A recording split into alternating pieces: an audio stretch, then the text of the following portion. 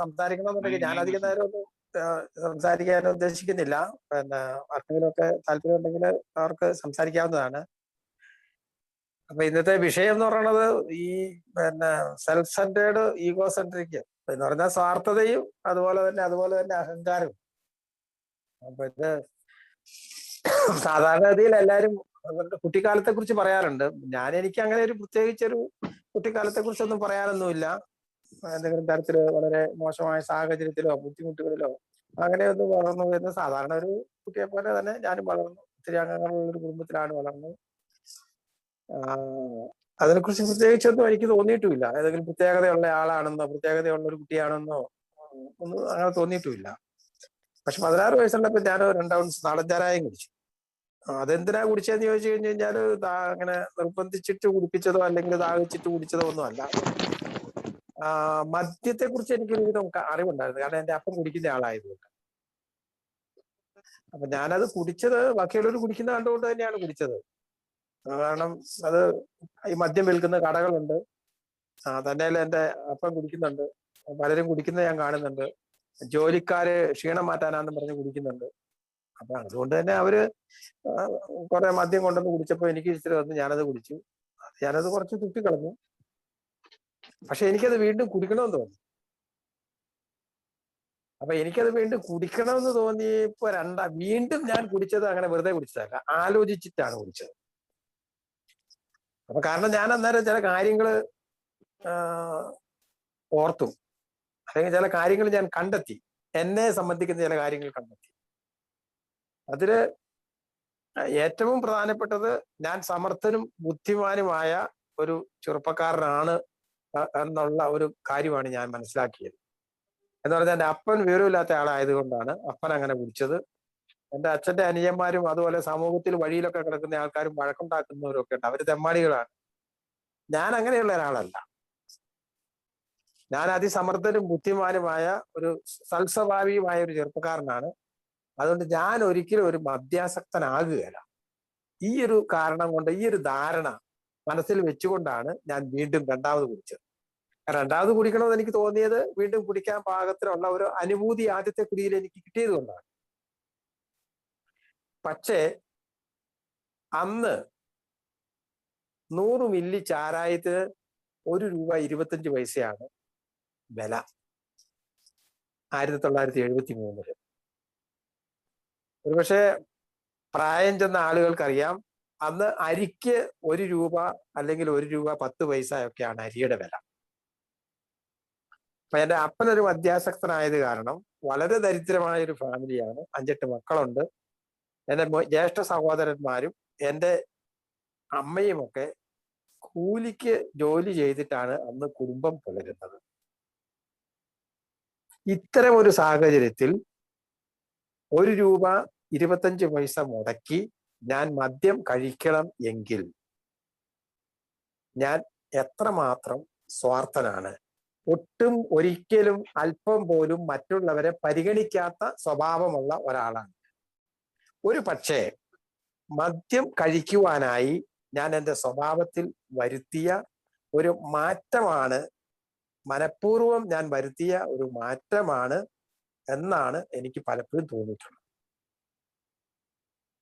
കാരണം എനിക്ക് കുടിച്ചേ മതിയാകൂ, കുടിക്കാതിരിക്കാൻ എനിക്ക് നിർവാഹമില്ല. അതുകൊണ്ട് ഞാൻ എൻ്റെ ധാർമ്മിക നിലവാരത്തെയും എൻ്റെ എല്ലാ തരത്തിലുമുള്ള ഗുണഗണങ്ങളെയും മാറ്റി നിർത്തി ഞാൻ മദ്യത്തിലേക്ക് പോയി.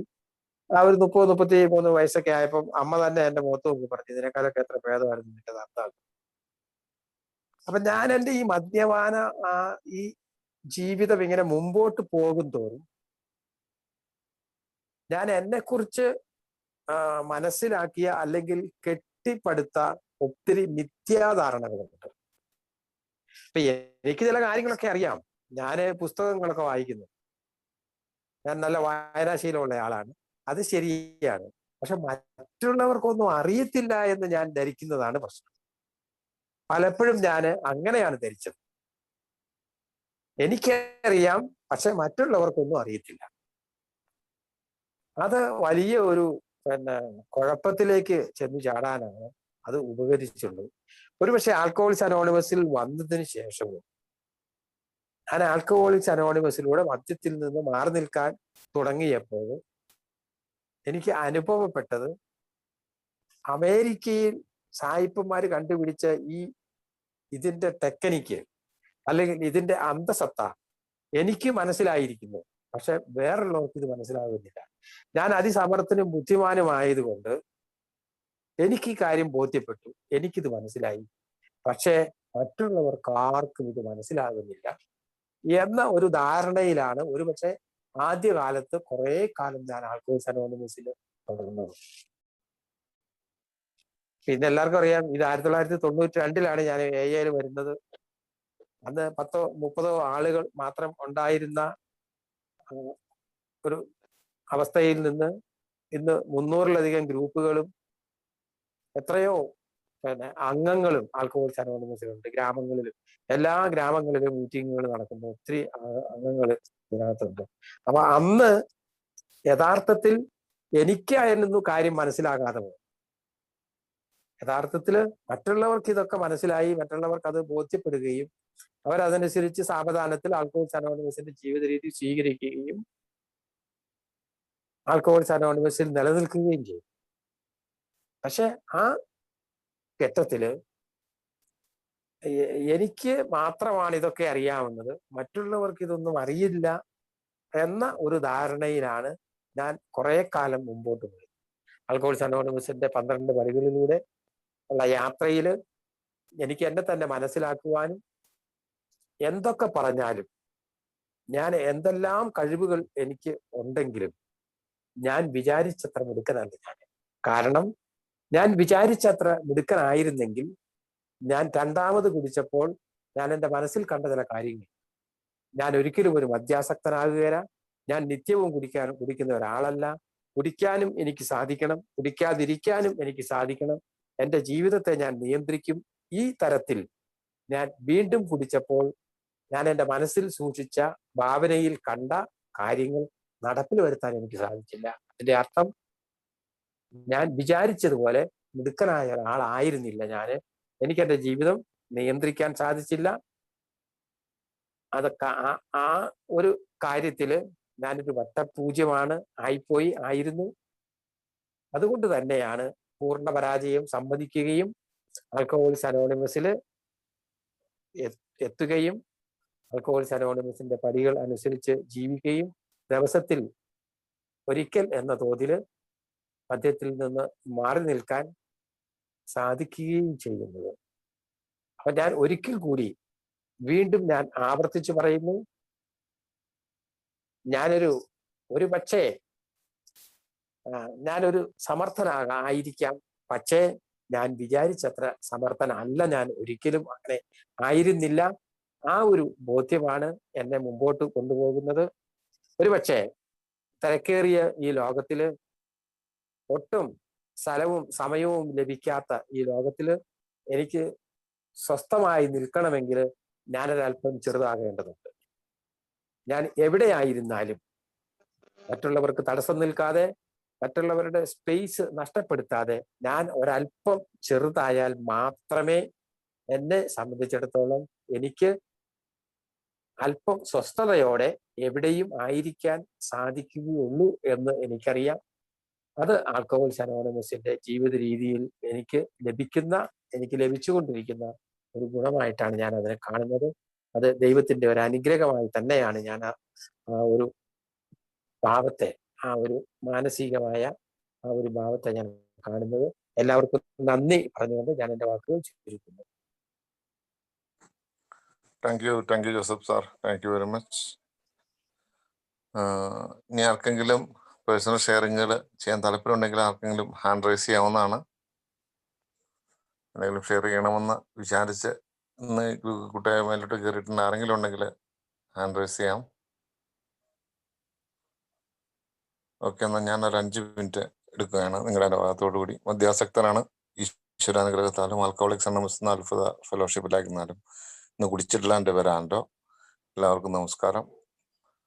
ഇപ്പം ഇന്നത്തെ ഈ വിഷയത്തെ പറ്റി ആധികാരികമായിട്ട് പറയാനുള്ള പ്രാവീണ്യമോ പ്രബോധനമോ ഒന്നും എനിക്കില്ലെങ്കിലും ഇന്ന് ഈ വിഷയം എല്ലാവരും ഈ 3 പേരും എൻ്റെ മുമ്പ് സംസാരിച്ച 3 പേരും സംസാരിച്ചപ്പോൾ ഞാൻ എന്നിലൂടെ ഒന്ന് യാത്ര ചെയ്തു. അപ്പം എൻ്റെ എയിലെ തുടക്കകാലങ്ങളും ഒക്കെ ഒന്ന് യാത്ര ചെയ്തു. ശരിക്കും എല്ലാം തീർന്ന് എല്ലാം എല്ലാ രീതിയിലും ഒട്ടും അഹങ്കരിക്കാൻ ഒരു യോഗ്യതയും ഇല്ലാത്ത ഒരു രീതിയിൽ എൻ്റെ അവസ്ഥ ആയ പിന്നെയാണ് ഞാൻ ശരിക്കും എയിൽ വന്നത്. ആൽക്കഹോളിക്സ് അനോണിമസിൽ വന്നു. സംശയത്തോടെ തന്നെ ഈ ഫെലോഷിപ്പിനെ നോക്കി കണ്ടു. പക്ഷേ ഫെലോഷിപ്പിലൂടെ പയ്യെ പയ്യെ യാത്ര ചെയ്തപ്പോൾ കുടിക്കാണ്ടിരിക്കണ എങ്ങനെയാന്ന് ഉള്ള ആ ഒരു സംഭവം പിടുത്തം കിട്ടി. ഈശ്വര അനുഗ്രഹത്താല് കുടി ഈ എന്നിൽ നിന്ന് സാവധാനം എടുത്തു മാറ്റപ്പെട്ടു. ഇന്നിപ്പോൾ ചിന്തിച്ച് നോക്കുമ്പോൾ ഇന്ന് ഏകദേശമല്ല, കൃത്യമായിട്ട് പറഞ്ഞ 8 വർഷം 5 മാസവും 2 ദിവസമായിട്ട് കുടിച്ചിട്ടില്ല. പക്ഷെ എൻ്റെ ആദ്യത്തെ ആ കാലഘട്ടങ്ങളിലെല്ലാം കുടിക്ക് മുമ്പ് ആൽക്കഹോളിക്സ് അനോണിമസിൽ എത്തുന്നതിന് മുമ്പ് ശരിക്കും പറഞ്ഞാൽ എല്ലാ രീതിയിലും നാണം കെട്ട ഒരു ജീവിതം നയിക്കുമായിരുന്നു. പക്ഷെ ഈ കൂട്ടായ്മയിൽ വന്ന് പയ്യെ പിച്ച നടന്നു കഴിഞ്ഞപ്പോൾ ശരിക്കും ഈ അഹങ്കാരം വളരെ വളരെ കൂടുതലായിട്ട് എന്നെ ഭരിച്ചു തുടങ്ങി. അതിന്റെ ചെറിയ ഉദാഹരണങ്ങളൊക്കെ പറഞ്ഞാൽ ശരിക്കും പറഞ്ഞാൽ കാര്യം പറഞ്ഞാൽ ഒരു നിസ്സാര കാര്യമാണെങ്കിൽ പോലും ഞാൻ അതൊക്കെ വലിയ വലിയ കാര്യങ്ങളാക്കി. ഞാൻ എൻ്റെ ജോലി, എനിക്കുണ്ടായിരുന്ന ഒരു നല്ലൊരു ജോലി ഞാൻ കുടിക്കാൻ ആയിട്ട് ഞാൻ സൗദിയിലായിരുന്നു. കുടിക്കാനുള്ള ഉള്ള സാഹചര്യങ്ങൾ നാട്ടിലെ പോലെ കുടിക്കാനുള്ള സാഹചര്യം അവിടെ ഇല്ലാത്തതുകൊണ്ട് അത്യാവശ്യം കുഴപ്പമില്ലാത്തൊരു ജോലി, വലിയ ജോലി എന്നൊന്നും പറയണില്ല, എങ്കിലും അത്യാവശ്യം അന്നത്തെ കാലത്ത് 50-55,000 രൂപ സാലറി കിട്ടുന്ന ഒരു ജോലി ഞാൻ വിട്ടുകളഞ്ഞിട്ട് പോന്നു. അതിനുശേഷം ഞാൻ അന്ന് ഭാര്യയ്ക്ക് ജോലി ഉണ്ടായിരുന്നു. ഭാര്യയും സൗദിയിലായിരുന്നു. ഞാൻ വീണ്ടും സൗദിയിലോട്ട് തിരിച്ചുപോയി. ജോലിയൊന്നുമില്ല, ഭാര്യ ജോലി ചെയ്യുന്നു. ഞാൻ ഈ പറഞ്ഞ പോലെ ഭാര്യ ഡ്യൂട്ടി കഴിഞ്ഞിട്ട് വന്നിട്ട് പുള്ളിക്കാരത്തി തന്നെ പാചകങ്ങളൊക്കെ ചെയ്യണം. എൻ്റെ മനസ്സിലുള്ള വിചാരം, ഞാൻ ആൽക്കഹോളിക്സ് അനോണിമസിൽ അപ്പം ഞാൻ വന്നിട്ടൊരു ആൽക്കഹോളിക്സ് അനോണിമസ് വന്നിട്ടൊരു വർഷം ആവുന്നേ ഉള്ളൂ. അപ്പം ഞാൻ ശരിക്കും എൻ്റെ അന്നത്തെ ഒരു വിചാരം എന്ന് വെച്ചാൽ അവളാണ് ഭാര്യ. സോ അവളാണ് കുക്ക് ചെയ്യേണ്ട ആള്, അവളാണ് പാചകം ചെയ്യേണ്ട ആള്, ഞാൻ അത് ചെയ്യേണ്ട ആവശ്യമില്ല എന്നൊക്കെയുള്ള ഒരു ചിന്താഗതി. അപ്പൊ പലപ്പോഴും പുള്ളിക്കാരത്തി ഡ്യൂട്ടി കഴിഞ്ഞ് വന്നിട്ട് കുക്ക് ചെയ്യണം. ഞാൻ സത്യം പറഞ്ഞാൽ ഒരു ഒരു സമയത്ത് പോലും ഹെൽപ്പ് ചെയ്യാൻ പോകാറില്ല. ഇങ്ങനെ ഒരിക്കലും ഇങ്ങനെ പുള്ളിക്കാരത്തി ഡ്യൂട്ടി ചെയ്ത് വന്ന് ഈ ദോശമാവ്, നമ്മുടെ നാട്ടിലെ ദോശമാവ് ഇങ്ങനെ മിക്സിയിൽ ഇങ്ങനെ അടിച്ചു വെക്കുക. അപ്പൊ അന്ന് പുറത്തുനിന്നും ഇൻസ്റ്റന്റ് ആയിട്ടുള്ള സാധനം ഒന്നും മേടിക്കില്ല, നമ്മളെല്ലാം വീട്ടിലുണ്ടാക്കുന്ന ഒരു ഇതാണ്. പുള്ളിക്കാരത്തി അതിങ്ങനെ അടിച്ചു വെച്ച് ഇങ്ങനെ ഓരോ ദോശമാവ് ഇങ്ങനെ ഉണ്ടാക്കിക്കൊണ്ടിരിക്കുകയാണ്. ഞാൻ അപ്പോൾ ഈ കമ്പ്യൂട്ടറുമായിട്ട് ഇങ്ങനെ ഇരിക്കുന്നു. ഞാൻ ഈ ലാപ്ടോപ്പ് എടുത്ത് ഈ മുറിയിൽ നിന്ന് ആ മുറിയിലോട്ട് പോകണ വഴിക്ക് പുള്ളിക്കാരത്തി കഷ്ടപ്പെട്ട് നൈറ്റ് ഡ്യൂട്ടി കഴിഞ്ഞിട്ട് വന്നിട്ട് 10 മണിയായിട്ടും കിടന്നിട്ടില്ല. പുള്ളിക്കാരത്തി രാവിലെ 10 മണിയായിട്ടും കിടന്നിട്ടില്ല, അത് ഉണ്ടാക്കിക്കൊണ്ടിരിക്കും. അപ്പൊ ഞാൻ പോകണ വഴിക്ക് ആ സാധനം അങ്ങോട്ട് അവിടെ വെച്ചതിൻ്റെ അകത്തേക്ക് എൻ്റെ കാല് തട്ടി അത് മറിഞ്ഞുപോയി. പുള്ളിക്കാരത്തിക്ക് ഭയങ്കരമായ ഒരു ഒരു ഒരു നിരാശയൊക്കെ വന്ന് പുള്ളിക്കാരത്തി എന്നോട് ചൂടായി. എവിടെ നോക്കിയാ നടക്കണം, ഞാൻ കഷ്ടപ്പെട്ട് അടിച്ചു വെച്ചാൽ ഡ്യൂട്ടി കഴിഞ്ഞിട്ട് വന്നിട്ട് ഉറങ്ങാണ്ട് അടിച്ചു വെച്ചാന്ന് പറഞ്ഞു. ഞാനപ്പോൾ പുള്ളിക്കാരത്തോട് പറഞ്ഞു, ഞാൻ എൻ്റെ നാടൻ ഭാഷയിൽ തന്നെ നമ്മൾ മാപ്പൂക്കായൊക്കെ കൂട്ടി പറഞ്ഞു, ദോശ എനിക്ക് വേണ്ടാന്ന് പറഞ്ഞു. പക്ഷെ നിങ്ങൾ പറഞ്ഞാൽ വിശ്വസിക്കുമെന്നറിയില്ല, 3.5 വർഷം ഞാൻ ദോശ കഴിച്ചിട്ടില്ല. അത് കഴിഞ്ഞ് 3.5 വർഷം അത് കഴിഞ്ഞ് ഞാൻ നാട്ടിൽ വന്നു. ഇപ്പൊ വീട്ടില് സംഭവം ഒന്നും അറിയില്ല. പക്ഷെ ദോശ എൻ്റെ വീട്ടിലുണ്ടാക്കി കഴിഞ്ഞിട്ടുണ്ടെങ്കിൽ ഞാൻ എൻ്റെ ഭാര്യയോട് പറയും, ദോശയാണോ, എനിക്ക് വേണ്ട. അപ്പൊ വീട്ടിൽ അമ്മ ചോദിക്കുക, അതെന്താണ്? അത് അവളോട് ചോദിക്കുമെന്ന് പറഞ്ഞിട്ട് ഞാൻ ചായ കുടിച്ചിട്ട് ഞാൻ എണീറ്റ് പോകുന്നു. അത് അങ്ങനെ ഞാൻ ചെയ്തുകൊണ്ടിരുന്നത്. സത്യം പറഞ്ഞാൽ ഇത് ഞാൻ എയിലായിരിക്കുമ്പോഴാണ് ഞാൻ ഇതൊക്കെ ചെയ്തത്. കാരണം ഒരു നിസ്സാര കാര്യത്തിന് വേണ്ടി 3.5 വർഷം ഒരു ദോശ പോലും കഴിക്കാൻ എന്നെ കൊണ്ട് സാധിച്ചിരുന്നില്ല. അത്രമാത്രം അഹങ്കാരം. ഞാൻ അവരുടെ ഭാഗത്ത് നിന്ന് ചിന്തിച്ചു കഴിഞ്ഞിട്ടുണ്ടെങ്കിൽ സത്യം പറഞ്ഞാൽ പുള്ളിക്കാരത്തിയുടെ കാല് തൊട്ട് വന്ദിക്കേണ്ടതാണ്. കാരണം ആ ഡ്യൂട്ടി കഴിഞ്ഞ് വന്ന് ഞാൻ ഒരു മീൻ വറക്കാൻ പോലും ഞാൻ പോയിട്ടില്ല. ഞാൻ ആ റൂമിലിരിക്കുന്നു, സിനിമ കാണുന്നു, അല്ലെങ്കിൽ ജോലിയില്ല, എന്തെങ്കിലും പരിപാടികളൊക്കെ കാണുന്നു, കിടന്നുറങ്ങുന്നു. അതല്ലാണ്ട് വേറെ പുള്ളിക്കാരത്തിനെ ഒരു പ്ലാവില മലർത്തി വെക്കുന്ന സഹായം ഞാൻ ചെയ്തിട്ടില്ല. ഞാൻ അവിടെ ഇരിക്കുന്നത്, ഇത് പല പ്രാവശ്യവും പല കാര്യങ്ങളിലും എൻ്റെ ജീവിതത്തിൽ സംഭവിച്ചിട്ടുണ്ട്. പല വ്യക്തികളോടും, നിസ്സാരമായ എന്നോടും മിണ്ടുന്നവരോടും എന്നോട് സഹകരിക്കുന്നവരോടും, അവരെല്ലാം എനിക്ക് നല്ല ആൾക്കാരാണ്. പക്ഷെ ആരെങ്കിലും എന്നോട് മിണ്ടാണ്ട് പോയോ, ഞാൻ അവനെ അഹങ്കാരി എന്ന് പറയും. ഞാൻ അവനെ പിന്നെ ശ്രദ്ധിക്കാറ് പോലുമില്ല. എൻ്റെ കൂടെ പഠിച്ച പല വ്യക്തികളും എൻ്റെ നാട്ടിലുള്ളവരാണെങ്കിലും ഇപ്പൊ എൻ്റെ അടുത്ത് ചിരിച്ചു കാണിച്ചില്ലെങ്കിൽ ഞാൻ അപ്പൊ തന്നെ പറയണം അവൻ അഹങ്കാരിയാണെന്ന് പറയും. പിന്നെ അദ്ദേഹത്തോട് എനിക്ക് മിണ്ടാൻ പോലും പറ്റില്ലാത്ത ഒരു സാഹചര്യം, ആ ഒരു പ്രത്യേക അവസ്ഥ. ഇത് തന്നെയാണ് എൻ്റെ വീട്ടിലും. എൻ്റെ ഫാദർ എൻ്റെ കുടിയുടെ കാലത്തിൽ എൻ്റെ ഫാദർ എന്നെ കുടിച്ചിട്ട് ചിലപ്പം ഞാൻ വഴി കിടന്ന് വണ്ടി കയറി മരിക്കണ്ടല്ലോ എന്ന് വിചാരിച്ച് എന്നെ ചിലപ്പോൾ പല സുഹൃത്തുക്കളും എന്നെ വീട്ടിൽ കൊണ്ട് വിടാറുണ്ട്, ഈ വീട്ടിൽ കയറ്റി വിടാറുണ്ട്. അപ്പൊ എൻ്റെ ഫാദർ ചിലപ്പം തെറ്റിദ്ധാരണ കൊണ്ട് അവരോട് പറയും, അദ്ദേഹം വിചാരിക്കുന്നത് ഞാൻ അവരുടെ കൂടെയാണ് കുടിച്ചതെന്ന് ഓർത്ത് ചിലപ്പോൾ അവരോട് പിന്നെ എവിടുന്ന കിട്ടിയ അല്ലെങ്കിൽ എങ്ങനെയൊക്കെ ഉണ്ടെന്ന് ചിലപ്പോഴും മോശമായിട്ട് പെരുമാറിയിട്ടുണ്ട്. ഇത് എനിക്ക് ഭയങ്കര ബുദ്ധിമുട്ടായതുകൊണ്ട് ഞാൻ എൻ്റെ അച്ഛനോട് വളരെ 1-2 വർഷമൊക്കെ ഞാൻ അദ്ദേഹത്തോട് മിണ്ടാണ്ടിരുന്നിട്ടുണ്ട്. കാരണം എൻ്റെ ഫ്രണ്ട്സിനെ ഇൻസൾട്ട് ചെയ്തതെന്ന് പറഞ്ഞു. പക്ഷേ ഇതൊക്കെ ഈ എയിൽ വന്ന് ഒരു 3-4 വർഷക്കാലത്തേക്ക് എൻ്റെ പ്രശ്നങ്ങളായിരുന്നു. അതായത് എൻ്റെ കുറവുകൾ അംഗീകരിക്കാണ്ട് മറ്റുള്ളവരിൽ കുറ്റം കാണുന്ന ഒരു ശീലം, അല്ലെങ്കിൽ ആ ഒരു രീതിയിലായിരുന്നു എൻ്റെ പല കാര്യങ്ങളും. പലപ്പോഴും എനിക്കൊന്നും സത്യം പറഞ്ഞാൽ സ്ഥിരമായ ശത്രുക്കൾ എനിക്കില്ല. ശത്രുക്കൾ എന്ന് പറഞ്ഞാൽ ഇവരോടൊന്നും ആരോടും എനിക്ക് വഴക്കില്ല. പക്ഷെ ഞാൻ എന്തുകൊണ്ടും അവരെയൊക്കെ വെറുക്കുന്നു. അതിന്റെ അർത്ഥം ഞാൻ എന്തോ വലിയവനാണ്, ഞാനൊരു വലിയ പുള്ളിയാണ്. കാരണം ഈ കുടിയും കൂടെ അങ്ങ് നിർത്തി കഴിഞ്ഞപ്പോഴത്തേക്കും അഹങ്കാരം വീണ്ടും വീണ്ടും കൂടി. കാരണം ഞാൻ ചിന്തിക്കണത് ഞാനിപ്പോൾ അനാവശ്യമായി പൈസ ചിലവാക്കുന്നില്ല. കാരണം ആ കുടിച്ചോണ്ടിരുന്നപ്പോൾ ഒരുപാട് പേര് എന്നെ ഒന്ന് ഉപദേശിച്ചിട്ടുണ്ട്, ഒരുപാട് പേര് എന്നെ ഒന്ന് ശകാരിച്ചിട്ടുണ്ട്, ഒരുപാട് പേര് എന്നെ ഗുണദോഷിച്ചിട്ടുണ്ട്. അപ്പം ഇതൊക്കെ കഴിഞ്ഞ് ഞാൻ കുടിയിൽ മാറി എയിലാണ്. വലിയ കുഴപ്പങ്ങളൊന്നുമില്ല. വീട്ടിലെ കാര്യങ്ങൾ നോക്കുന്നുണ്ടെന്ന് പറഞ്ഞപ്പോഴത്തേക്കും എൻ്റെ അഹങ്കാരം 10 ഇരട്ടിയായി. ഞാൻ പിന്നെ ഈ ഇന്ത്യൻ പ്രധാനമന്ത്രിനെക്കാളും വലിയ ആളായിട്ടാണ് ഞാൻ എൻ്റെ എൻ്റെ എൻ്റെ കാര്യങ്ങൾ ചെയ്യുന്നത്, എൻ്റെ വീട്ടിൽ നടക്കുന്നത്. അല്ലെങ്കിൽ ഞാൻ ഇഷ്ടപ്പെട്ട ഭക്ഷണമേ എൻ്റെ വീട്ടിൽ മേടിക്കാവുള്ളൂ. ഞാൻ ഇഷ്ടപ്പെടുന്നത് ഞാൻ മേടിച്ചുകൊണ്ട് വരുന്നത് എന്താണെങ്കിലും അവർക്ക് ഇഷ്ടമല്ലോ ഉണ്ടാക്കിക്കോണം. ഞാനൊക്കെ വൈകുന്നേരം ഈ വന്നു കഴിയുമ്പോഴത്തേക്ക് 10 മണി, ചിലപ്പോൾ ഈ ഏലായിരുന്നപ്പോഴും ഞാൻ വീട്ടിലൊരു 10 മണിക്ക് കയറുന്ന വ്യക്തിയാണ് രാത്രി. അപ്പൊ ഞാൻ വന്നു കഴിയുമ്പോൾ ചിലപ്പം എനിക്ക് ഇഷ്ടപ്പെട്ട കറി അല്ലെങ്കിൽ അപ്പൊ ഒരു കറി ഉണ്ടാക്കാൻ പറഞ്ഞാൽ ശരിക്കും പറഞ്ഞാൽ ഉണ്ടാക്കിക്കോണം. അങ്ങനെയുള്ള അത് ഭാര്യയാണെങ്കിലും അമ്മയാണെങ്കിലും അത് ഉണ്ടാക്കിക്കോണം, ഉണ്ടാക്കി തന്നിട്ടേ കിടക്കാവുള്ളൂ. അങ്ങനെയുള്ള ഓരോ ദുശാഠ്യങ്ങള്. പക്ഷെ അവസാന കാലം ഒരു 2-3 വർഷമൊക്കെ ആയപ്പോഴത്തേക്ക് മുമ്പ് തൊട്ട് ഞാൻ ഈ ഈ പ്രോഗ്രാം അതിനു മുമ്പ് പ്രാക്ടീസ് ചെയ്തെങ്കിലും പ്രോഗ്രാമിന്റെ പൂർണ്ണമായ അർത്ഥത്തിലൊന്നും ഒരിക്കലും എന്നെ കൊണ്ട് അന്നും സാധിച്ചിട്ടില്ല, ഇന്നും സാധിച്ചിട്ടില്ലെങ്കിലും പിന്നീട് ഈ പ്രോഗ്രാമിന്റെ ഉള്ളിൽ കുറേശ്ശെ കുറേശ്ശെ കയറിയപ്പോൾ പല വ്യക്തികളുടെയും, എൻ്റെ പഴമക്കാരായ എന്നെക്കാളും എനിക്ക് ശേഷം വന്ന ഒരുപാട് പുതുമക്കാരായ വ്യക്തികളുടെയും അവരുടെ ഷെയറിങ്ങുകളും ബിഗ് ബുക്കും സ്പോൺസറുടെ ഉപദേശങ്ങളും അങ്ങനെയൊക്കെയുള്ള ഓരോ കാര്യങ്ങളിൽ നിന്നുമുള്ള ഇൻപുട്ടുകൾ കിട്ടി കഴിഞ്ഞപ്പോൾ ഞാൻ പയ്യെ ഒതുങ്ങാൻ തുടങ്ങി. പൂർണ്ണമായൊന്നും ഇപ്പോഴൊന്നും ഒതുങ്ങിയിട്ടൊന്നുമില്ല എങ്കിൽ തന്നെയും ഈ പറഞ്ഞ ദോശയൊക്കെ ഞാൻ പയ്യെ കഴിക്കാൻ തുടങ്ങി. അല്ലെങ്കിൽ എൻ്റെ വീട്ടിൽ ഞാൻ മിണ്ടാണ്ടിരുന്ന എൻ്റെ അച്ഛനോട് ഞാൻ മിണ്ടാൻ തുടങ്ങി, അത് പുള്ളിയോട് സഹകരിക്കാൻ തുടങ്ങി, പുള്ളീനെ ഹെൽപ്പ് ചെയ്യാൻ തുടങ്ങി. അങ്ങനെയുള്ള ഓരോ വ്യക്തികളോടും ഞാനൊക്കെ പലപ്പോഴും അഹങ്കാരികളാന്ന് വിചാരിച്ചുകൊണ്ടിരുന്ന വ്യക്തികളൊക്കെ എന്നേക്കാളും അവരൊരു പ്രോഗ്രാമും ചെയ്തിട്ടില്ല, ഒരു ഏലും വന്നിട്ടില്ലെങ്കിലും അവരൊക്കെ വളരെ പൊളൈറ്റ്. ഞാനായിരുന്നു പ്രശ്നക്കാരൻ. സത്യം പറഞ്ഞാല് അവരുടെ ചിലപ്പോൾ എന്തെങ്കിലും ജീവിത സാഹചര്യം കൊണ്ട് എന്നോട് മിണ്ടാതെ പോയതായിരിക്കും. ഞാനപ്പോ തന്നെ അവനെ വലിയൊരു ശത്രുവാക്കി മാറ്റി കാറ്റഗറൈസ് ചെയ്യുകയാണ്. കാരണം അദ്ദേഹമായിട്ട് ഞാനൊരു മുൻവൈരാഗ്യവുമില്ല, ഒരു പ്രശ്നങ്ങളുമില്ല, ഒരുപക്ഷെ സംസാരിച്ചിട്ട് പോലും ഇല്ല. എങ്കിൽ തന്നെയും ഒരു പ്രാവശ്യം നമ്മ പുള്ളിക്ക് അവന്റെ എന്തെങ്കിലും കാരണം കൊണ്ട് അദ്ദേഹം മിണ്ടാണ്ട് പോയിട്ടുണ്ടെങ്കിൽ അയാൾ പിന്നെ എൻ്റെ മനസ്സിലെ ശത്രുവായി, അല്ലെങ്കിൽ അയാൾ വലിയ ആളായി പോയി. അങ്ങനെയുള്ള ഓരോ കാര്യങ്ങളായിരുന്നു. പിന്നെ ഇതുപോലെ തന്നെയാണ് ഇല്ലാത്ത പൊങ്ങച്ചം. ഇതിനു മുമ്പ് വിനോദേട്ടൻ പറഞ്ഞു, ഇല്ലാത്തത് കാണിക്കുന്ന ഒരവസ്ഥ. ഞാനൊക്കെ അതാണ് ശരിക്കും പറഞ്ഞാല് ഈ ആരോടും കൂടുതൽ ഒരു അഹങ്കാരിയായ ചെറുക്കൻ എന്നൊക്കെ എന്നെ കുറിച്ച് പറയാൻ പറ്റും. എനിക്ക് തന്നെ പറയാം. മറ്റുള്ളവർ എന്നെ കുറിച്ച് അങ്ങനെ പറയുന്നുണ്ടോ എന്ന് എനിക്കറിയില്ല. ഇപ്പൊ ചിന്തിച്ച് നോക്കുമ്പോൾ എന്റെയൊക്കെ ജീവിതത്തിൽ ഞാൻ കുടിമാറിയപ്പിനാണ് കൂടുതലും ഈ ഒരു അഹങ്കാരത്തിന്റെ അത് മുഖത്ത് തന്നെ കാണാം. കാരണം ഞാൻ ഇഷ്ടമല്ലാത്തവരോട് ഇഷ്ടമല്ലാത്ത രീതിയിൽ തന്നെ ഇടപെടാറുള്ളൂ. അവരോട് ഞാൻ ഒരു കാര്യത്തിനും എടുക്കാൻ പോകാറില്ല. അങ്ങനെയുള്ള ഒരു രീതിയായിരുന്നു. പക്ഷെ ഈ അവസാന കാലഘട്ടങ്ങളിലൊക്കെ ശരിക്കും പറഞ്ഞാല് ഒരുപാട് മാറ്റങ്ങൾ വന്നിട്ടുണ്ട്. വീട്ടിലാണെങ്കിലും ഇപ്പം ഞാനും ഈ പറഞ്ഞാൽ ഇപ്പം ഞാൻ അടുക്കളയിൽ കയറാറുണ്ട്. വൈഫിനെ അല്ലെങ്കിൽ അമ്മേനെയൊക്കെ സഹായിക്കാറുണ്ട്. വലിയ വലിയ സഹായങ്ങളൊന്നും അല്ല, അല്ലെങ്കിൽ അത്യാവശ്യം ചെറിയ സഹായങ്ങളെങ്കിലും ഒക്കെ ചെയ്യാനായിട്ട് ഉള്ള പക്വത വന്നിട്ടുണ്ട്.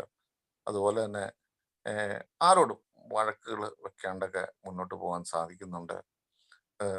ശരിക്കും ഒരു ഈഗോ തന്നെയായിരുന്നു ഞാൻ അതിന്റെ വലിയ വലിയ ഒരാളാണെന്നുള്ള. സത്യം പറഞ്ഞാല് ഞാൻ ഇതിനു മുമ്പ് ഷെയർ ചെയ്തു, 20 രൂപ കൊടുത്ത് ഒരു പെഗ് കഴിച്ചിട്ട് രണ്ടാമത്തെ ഒരു പെഗ് കഴിക്കാനുള്ള 20 രൂപ ഇല്ലാത്തൊരവസ്ഥയിലാണ് ഞാൻ ആൽക്കഹോളിക്സ് അനോണിമസിൽ വന്നത്. എനിക്ക് ശരിക്കും അഹങ്കരിക്കാനായിട്ട് ഒരു റോളുമില്ല. എങ്കിൽ തന്നെയും ഞാൻ അഹങ്കാരത്തിന്റെ ഹോൾസെയിലായിരുന്നു. പക്ഷെ ഇന്ന് ചിന്തിച്ചു നോക്കുമ്പോൾ കുറച്ചുകൂടി എളിമയോടെ ചിന്തിക്കാനും ഈശ്വര വിശ്വാസം അല്ലെങ്കിൽ ദൈവത്തിന്റെ മുമ്പിലൊക്കെ ഇച്ചിരി എളിമയോടെ ആയിരിക്കാനും എനിക്ക് എന്തെങ്കിലും ഉണ്ടെങ്കിൽ, ഇപ്പൊ വിനോദേട്ടൻ പറഞ്ഞ പോലെ തന്നെ എനിക്ക് എന്തെങ്കിലും ഉണ്ടെങ്കിൽ അത് ഈശ്വരൻ തന്നതാണെന്നും അതിന് ഈശ്വരനോട് നന്ദി പറഞ്ഞ്, അല്ലെങ്കിൽ നാളെ എന്തെങ്കിലും സംഭവിച്ചാൽ അതും ഈശ്വരൻ അനുവദിച്ചാണെന്നും ഉള്ള ഒരു പക്വത, ഒരു മച്യൂരിറ്റി എന്നൊക്കെ പറയുന്ന പോലെ അതൊക്കെ ഏകദേശമൊക്കെ ഒന്ന് പറ്റിയിട്ടുണ്ട്. പക്ഷെ ഒരിക്കലും പൂർണ്ണാർത്ഥത്തിലൊന്നും പലപ്പോഴും പൊട്ടിത്തെറികളും അഹങ്കാരത്തിന്റെ ശബ്ദമൊക്കെ ആക്രോശങ്ങളൊക്കെ വൈഫിനോടൊക്കെ ഇപ്പോഴും കാണിക്കുന്നുണ്ടെങ്കിലും നല്ല നല്ല ഒരുപാട് മാറ്റമുണ്ട്. ഒരുപാട് മാറ്റം എന്ന് പറഞ്ഞാൽ പണ്ട് ഞാൻ 100 ആയിരുന്നെങ്കിൽ ഇന്ന് അതൊരു ഒരു ഒരു ഒരു ഒരു 60 ആയിട്ടുണ്ട് എന്ന് എനിക്ക് തീർച്ചയായിട്ടും പറയാൻ പറ്റും. അതിന് കാരണം ശരിക്കും പ്രോഗ്രാമാണ്. ഞാൻ പറഞ്ഞ് ദീർഘിപ്പിക്കുന്നില്ല. ആർക്കെങ്കിലും ഷെയർ ചെയ്യാനുണ്ടെങ്കിൽ മുന്നോട്ട് വരാം. എല്ലാവർക്കും നല്ലത് വരട്ടെ എന്ന് പ്രാർത്ഥിക്കുന്നു. നന്ദി, നമസ്കാരം.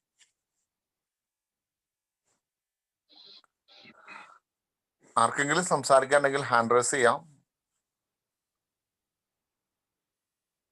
ഷംസു, എന്തെങ്കിലും സംസാരിക്കാൻ 2 വാക്ക്?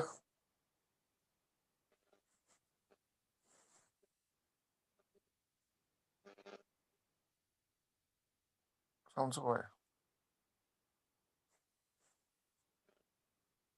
ഹലോ. ഹലോ ഷംസു, പറഞ്ഞോളൂ. ഞാനത് ആൻഡോ ഷെയർ ചെയ്യുന്നില്ല. കേട്ടോളാം, കേട്ടിരിക്കാനുണ്ട്. ഓക്കെ ഷംസു. ഹരിദാസേട്ടൻ അത്തോളി.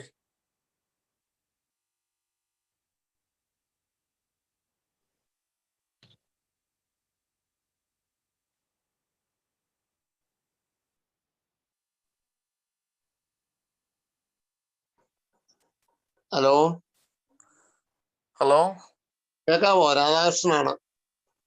രാഷൻ ചേട്ടാ നമസ്കാരം. കേക്കാം രാഷൻ ചേട്ടാ, പറഞ്ഞോ. ഹെഡ്ഫോൺ കുത്തിയിട്ട് കേൾക്കാൻ പാടില്ലായിരുന്നു, അതുകൊണ്ട് ഹെഡ്ഫോൺ. ഓക്കെ രാഷൻ ചേട്ടാ, കേക്കാം. പറഞ്ഞോളൂ.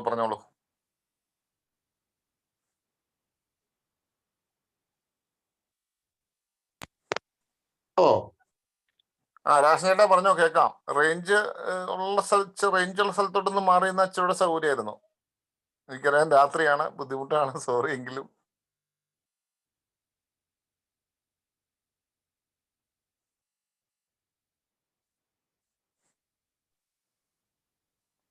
ഹലോ രാഷൻ ചേട്ടാ, ഹലോ കേക്കാമോ? രാഷൻ ചേട്ടാ മ്യൂട്ടാന്ന് തോന്നണല്ലോ ചേട്ടാ. രാഷൻ ചേട്ടാ മൈക്ക് മ്യൂട്ടാന്ന് തോന്നണു. അൺമ്യൂട്ട് ചെയ്യാവോ? ഇപ്പൊ ഓക്കെ. അൺമ്യൂട്ട്. അപ്പൊ കുഴപ്പമില്ല. ഇപ്പൊ കേക്കാവോ? ഇപ്പൊ കേക്കാം ചേട്ടാ, പറഞ്ഞോ. മധ്യാസക്തനാണ്. ഈശ്വര അനുഗ്രഹത്താലും ഫെലോഷിപ്പിലായിരിക്കുന്നാലും ഇന്ന ദിവസം മധ്യവച്ചില്ല. പേര് രാഷൻ ചേട്ടാ. ഞാൻ ഓൺലൈൻ മീറ്റിങ്ങില് കയറിയിട്ട് ഒത്തിരി ആയിരുന്നു. അപ്പൊ ഒന്നാമത് ഒരു മറ്റുള്ള മീറ്റിങ്ങുകളിലൊക്കെ പോയി കൊണ്ടിരിക്കുവാണ്. ഇപ്പൊ ഓൺലൈനിൽ അതുകൊണ്ട് കയറാൻ ഇച്ചിരി ഇത് വന്നായിരുന്നു. മീറ്റിംഗ് വന്ന പിന്നെ ഒരു AM മെമ്പർ വിളിച്ചിട്ട് പറഞ്ഞു 11ന്റെ മീറ്റിങ്ങിനൊന്ന് കയറുന്നു പറഞ്ഞു. അപ്പൊ ഞങ്ങൾ കുറച്ച് കാര്യങ്ങളൊക്കെ സംസാരിച്ചുകൊണ്ടിരിക്കുവായിരുന്നു. അദ്ദേഹം അത് പറഞ്ഞു കഴിഞ്ഞപ്പോ ഞാൻ പറഞ്ഞു, ഞാൻ ഇന്ന് കയറാൻ സാധ്യതയില്ല. ഞാൻ ഇന്ന് ഒരു മീറ്റിംഗ് ഒക്കെ കൂടിയതാണ്, ഉച്ചയോടെ 1.5 മണിക്കൂർ ഷെയർ ചെയ്തതാണ്, അതുകൊണ്ട് ഇന്ന് കയറാൻ സാധ്യതയില്ല എന്ന് പറഞ്ഞു. പിന്നെ ഒരു കുറച്ച് കഴിഞ്ഞപ്പോ എനിക്ക് തോന്നി, ഇപ്പൊ എന്നോട് മീറ്റിങ്ങിന് കയറാൻ പറഞ്ഞതിൽ എന്തെങ്കിലും കാര്യമുണ്ടല്ലോ എന്നൊരു തോന്നൽ എന്റെ മനസ്സിൽ വന്ന്. ശരിയാണ്, ഞാൻ ഈ നേരത്തെ ഒന്നും ആരൊന്നും പറഞ്ഞാൽ കേൾക്കുന്നില്ല. അതെന്റെ ഒരു സ്വഭാവമാണ്. അപ്പൊ ഇപ്പൊ ചിലരൊക്കെ പറയുന്നത് ഞാൻ കേട്ടില്ലെങ്കിൽ ഞാൻ അങ്ങ് നടപ്പാക്കേണ്ട ഒരു രീതിയിലേക്ക് ഞാൻ അറിയാതെ തന്നെ വരുന്നുണ്ട്. അതുകൊണ്ട് ആദ്യം അദ്ദേഹത്തിന് നന്ദി. ഈ മീറ്റിങ്ങിന് ഞാനങ്ങ് പറയുകയാണ്, ഇന്ന് കയറിയതിൻ്റെ അകത്ത് എനിക്ക് നഷ്ടമില്ല, ലാഭമുള്ളൂ. കാരണം ഇന്ന് വിനോദ് കൊയിലിന്റെ ആ ഷെയറിങ് കേട്ടോണ്ടാണ് ഞാൻ കയറുന്നത്. അപ്പൊ എന്റെ ലിങ്കില്ലായിരുന്നു, ഒരു ഷിബു അയച്ചു തന്നു, അതുകൊണ്ട് ലിങ്ക് കിട്ടിക്കയറി. അപ്പൊ അതിലൊരു ചെറിയ കാര്യം പറഞ്ഞു, ആ നാടക നടന്റെ കാര്യം ഒക്കെ പറഞ്ഞു. പല പ്രാവശ്യം നമ്മളിലത് ഉണ്ടായിട്ടുണ്ടെങ്കിൽ ഇന്ന് എനിക്ക് ഒരു 2-3 ദിവസങ്ങളായിട്ട് ഞാൻ ആ ഡയറക്ഷൻ നേരിട്ട് ഏറ്റെടുത്തുകൊണ്ട് ചില കാര്യങ്ങളിലേക്ക് നീങ്ങിക്കൊണ്ടിരിക്കുക. അപ്പൊ അതിങ്ങനെ അങ്ങ് പോയിക്കൊണ്ടിരുന്നപ്പോൾ അപ്പൊ അങ്ങനെ തന്നെ അങ്ങ് പോട്ടെ എന്നൊക്കെ വിചാരിച്ചുകൊണ്ട് ഇരുന്നപ്പോഴാണ് ഇന്ന് ആ ഡയറക്ഷൻ നമ്മള് റെസ്റ്റ് എടുക്കണ്ട. അത് കഴിഞ്ഞ കാലങ്ങളിലെ കഴിഞ്ഞ ആ 3-4 ദിവസങ്ങൾക്ക് മുമ്പ് നടത്തിത്തന്ന ആ ഡയറക്ടർക്ക് തന്നെ അതങ്ങ് വിട്ടുകൊടുക്കുവാണെങ്കിൽ നന്നായിരിക്കും. അത് ഞാൻ അങ്ങ് കൊണ്ടുപോയി അത് വഷളാവുന്ന ഇന്ന് എനിക്ക് ഒരു ഒരു ഇത് കിട്ടി. അപ്പൊ അത് ഇന്ന് ഈ മീറ്റിങ്ങിന് കയറിയതിന്റെ പേരിലാണ് കിട്ടിയത്. അത് എനിക്കൊരു വലിയ ഒരു നേട്ടമാണ്. അപ്പൊ ഞാനിത് പറയാൻ കാരണം എന്റെ കുറച്ച് പ്രശ്നങ്ങള് അത് സാരമില്ല, അത് ഞാൻ തന്നെ കൈകാര്യം ചെയ്യാമെന്ന് തോന്നിക്കൊണ്ട് നടക്കും തോറും രൂക്ഷമായിക്കൊണ്ടിരിക്കുവാണ്. അപ്പൊ ആ വിട്ടുകൊടുക്കുന്ന സറണ്ടർ ചെയ്യുന്ന ആ കാര്യമൊക്കെ ഇടയ്ക്ക് ഞാൻ അങ്ങോട്ട് ഒന്ന് ഉഴപ്പിയെന്ന് പറയാം. അപ്പൊ ഇന്നത്തെ ആ മീറ്റിങ്ങിന്റെ സബ്ജക്ട് തന്നെ എനിക്ക് ഇഷ്ടപ്പെട്ടതാണ്, സാർത്ഥതയും അഹങ്കാരവും ഒക്കെ. അപ്പൊ എന്റെ ആ സാർത്ഥതപരമായിട്ടുള്ള ഒരു കാഴ്ചപ്പാടാണ്, എനിക്കത് സാധിക്കും. അതുപോലെ എന്നിൽ വന്ന അഹങ്കാരമാണ് അത് വഷളായിക്കൊണ്ടിരിക്കുന്നതെന്ന് എനിക്ക് മനസ്സിലായി. കാരണം ഇന്നത്തെ മീറ്റിംഗ് എനിക്ക് ഗുണം ചെയ്തു. അപ്പൊ വയനാട് നിന്ന് പറഞ്ഞ ആ ജോസഫ് മാഷിന് ഒരു നന്ദി ഞാൻ അങ്ങ് പറയുകയാണ്. ഞാൻ അദ്ദേഹത്തിനോട് ഇച്ചിരി ഇതായിട്ട് പറഞ്ഞു, കഴിഞ്ഞ വർഷം എനിക്ക് 5% ബാങ്ക് ബാലൻസ് ഉണ്ടായിരുന്നു, അത് ഈ വർഷം 25% വർദ്ധിച്ചു എന്ന് പറഞ്ഞു. അത് ഞാൻ അഹങ്കാരത്തോടല്ല അത് പറഞ്ഞത്. ഞാനത് പറഞ്ഞത് തന്നെ കാരണം ഈ കോവിഡ് കാലഘട്ടത്തില്, ഈ ലോക്ക്ഡൌൺ കാലഘട്ടത്തില് എനിക്ക് ചില പ്രവൃത്തികളൊക്കെ ചെയ്യാൻ പറ്റിയതിന് കുറച്ച് ബെനിഫിറ്റ് ഒക്കെ കിട്ടി. അപ്പൊ അതുകൊണ്ട് വലിയ എക്സ്പെൻസുകളൊന്നും എനിക്ക് ഉണ്ടായില്ല. അതുകൊണ്ട് കുറച്ച് മിച്ചം വെക്കാൻ സാധിച്ചു. അത് എന്റെ കഴിവല്ല കേട്ടോ, ഈ ഡയറക്ടറുടെ കഴിവാണ്. അത് അദ്ദേഹത്തിനോട് ഞാൻ അത് തന്നെയാണ് പറഞ്ഞത്. അപ്പൊ ഞാൻ ഈ മീറ്റിങ്ങിൽ ഇന്ന് കയറി കഴിഞ്ഞ് കുറച്ച് പേരുകൾ നോക്കി കഴിഞ്ഞപ്പോൾ എനിക്ക് അറിയാവുന്ന കുറച്ച് പേരുകളൊക്കെ ഉണ്ട്. പിന്നെ അറിയാൻ പാടില്ലാത്ത ആരെങ്കിലും ഇതിനകത്തുണ്ടെങ്കിൽ കാണാൻ സാധ്യത, എന്നെ അറിയുന്നവരായിരിക്കും ഇതിനകത്ത് ഭൂരിപക്ഷം ഇന്നത്തെ ഈ മീറ്റിങ്ങിൽ എന്നെ ശ്രമിക്കുന്നവരെന്ന് എനിക്കറിയാം. ഞാൻ ഈ പറഞ്ഞ മാതിരി തന്നെ നിങ്ങളെ പോലെ ഒക്കെ അല്ലെങ്കിൽ നിങ്ങളെക്കാളും വളരെ മോശപ്പെട്ട അവസ്ഥയിൽ ഈ കൂട്ടായ്മയെ വന്ന ഒരു വ്യക്തിയാണ്. ഇപ്പൊ സാറ് 73 ചാരായത്തിന്റെ വില പറഞ്ഞു. ഒരു 100 ചാരായത്തിന് ₹1.25 എന്ന് പറഞ്ഞു. ഞാൻ ഒരു 70 കാലഘട്ടത്തിൽ ഈ ചാരായം അടിച്ച ഒരു വ്യക്തിയാണ്. അപ്പൊ അന്നത്തെ ആ കാലഘട്ടത്തിലൊക്കെ അന്ന് കഴിച്ചു കൊണ്ടുവന്ന ആ ചാരായത്തിന്റെ രുചി എന്റെ നാക്കിൽ ഇപ്പോഴും ഉണ്ട്. പക്ഷെ ഞാൻ ഈ കൂട്ടായ്മയിൽ കൂടി വന്ന ഈ കൂട്ടായ്മയുടെ കുറച്ച് തത്വങ്ങളൊക്കെ പാലിച്ചുകൊണ്ട് ജീവിച്ചു പോയപ്പോൾ എനിക്ക് സാധിക്കാത്ത പല കാര്യങ്ങളും സാധിക്കുന്നുണ്ട്. അപ്പൊ ഞാന് ആ ആദ്യ കാലങ്ങളിൽ കുടിച്ചു കിടന്ന കാലങ്ങളിലൊക്കെ ഞാനാണ് വലിയവൻ, ഞാനാണ് മറ്റവൻ, ഞാൻ പറയുന്നതൊക്കെ എല്ലാവരും കേൾക്കണം, ഞാൻ എന്നുള്ള ആ ഒരു ഇതിൽ നിന്നും മാറാതെ അതിൽ മുറുക്കെ പിടിച്ചുകൊണ്ട് മുന്നോട്ടുള്ള ആ ജീവിതം എന്നൊന്നും പറയാൻ പറ്റില്ല, പ്രാന്തമായ ഒരു അവസ്ഥയിൽ ഇങ്ങനെ അങ്ങ് മുന്നോട്ട് ഒരേ ദിവസങ്ങൾ ഇങ്ങനെ പോയിക്കൊണ്ടിരുന്നപ്പോൾ നാശങ്ങൾ മാത്രമായിരുന്നു. അതിൽ നിന്നും മാറി ആ ഞാൻ എന്നുള്ള പദം അങ്ങ് വിട്ടുകളഞ്ഞുകൊണ്ട് കൂട്ടായ്മയിൽ വന്നപ്പോ ഞങ്ങൾ എന്നുള്ള ഒരു പദമെടുത്തപ്പോ ഞാനല്ലാതെ വേറെ ചിലരും ഇവിടെ എൻ്റെ കൂടെയുണ്ട്. ആ ഞങ്ങൾ എന്നുള്ള ആ പ്രയോഗത്തിൽ കൂടി ഒരു ജീവിതം അങ്ങ് വന്നപ്പോൾ ഒരേ ദിവസവും ഞാൻ അറിയാതെ എൻ്റെ സ്വഭാവ വൈകല്യങ്ങൾ മാറിക്കൊണ്ടിരിക്കുകയും എൻ്റെ ജീവിതത്തിൽ ഡെവലപ്മെന്റ്, അതായത് മാറ്റങ്ങൾ ഉണ്ടാവുകയും എന്നിൽ വ്യക്തിത്വപരമായി ഒത്തിരി വ്യത്യാസങ്ങൾ ഉണ്ടായി. സമൂഹത്തിന്റെയും കുടുംബത്തിന്റെയൊക്കെ അംഗീകാരം എനിക്ക് ലഭിക്കുന്നുണ്ടെന്നുള്ളൊരു തിരിച്ചറിവും കൂടി ഉണ്ടായപ്പോൾ ജീവിതത്തെ ഒരു സന്തോഷത്തോടെ കാണാനും ഒരേ ദിവസവും ജീവിതം വൃത്തിയാക്കിക്കൊണ്ട് മുന്നോട്ട് പോകാനായിട്ട് ആ ഒരു നല്ല ഒരു റൂട്ട് എനിക്ക് കാണിച്ചു തന്നു.